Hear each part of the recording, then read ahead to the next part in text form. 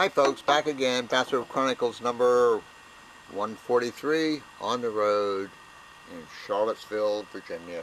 Well, just sort of outside of Charlottesville. Anyway, I want to talk about stuff. I think many of us, we really become victims, if you will, of our stuff.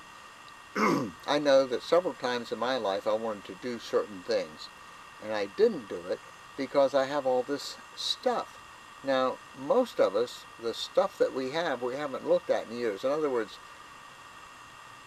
and I really shouldn't be talking about my personal life on YouTube, but I live in a decent-sized house, has a huge attic, and literally the entire house is filled full of stuff.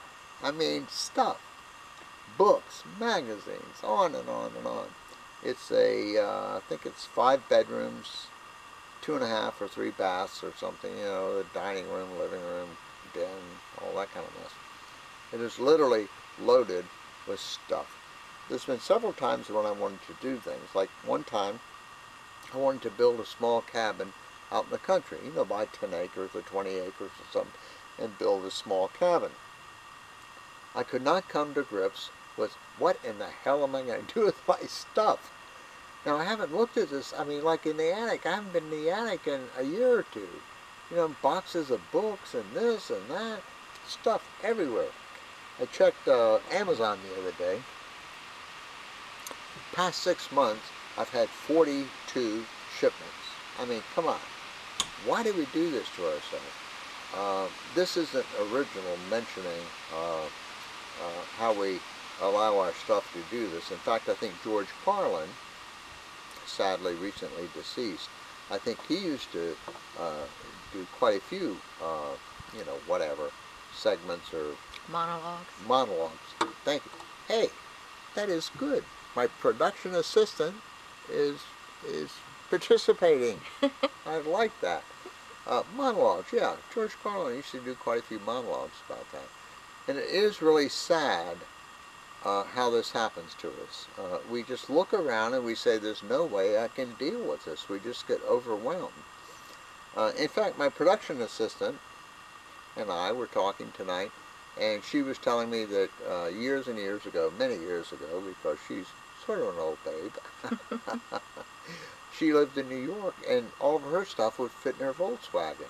And I remember when I was a kid, many, many, many years ago, and I was in the service, you know, moving from base to base, and everything would fit in a really small U-Haul trailer. And how is it that we get our lives so out of order because of all of this stuff?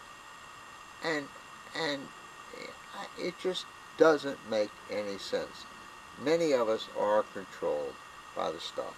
In other words, we can't do this, we can't do that, because look all around us, we have all this stuff. The stuff we haven't looked at in years. Stuff we don't even know what it is. It's in boxes, it's in the attic, it's, you know, in the spare bedroom, it's whatever. So folks, if you're a young person, hey, watch the stuff, because that's going to be your downfall. If you're an older person, get rid of the damn stuff. You know, if you haven't seen the mess in 2, 3, 4, 5 years, what in the hell do you need it for? Come on. I know, I say the same thing. Gosh, I may need to read that book for the 4th time. But is that reasonable? To allow our lives to be dictated by stuff? As Pat Condell would say, peace, ladies and gentlemen, peace.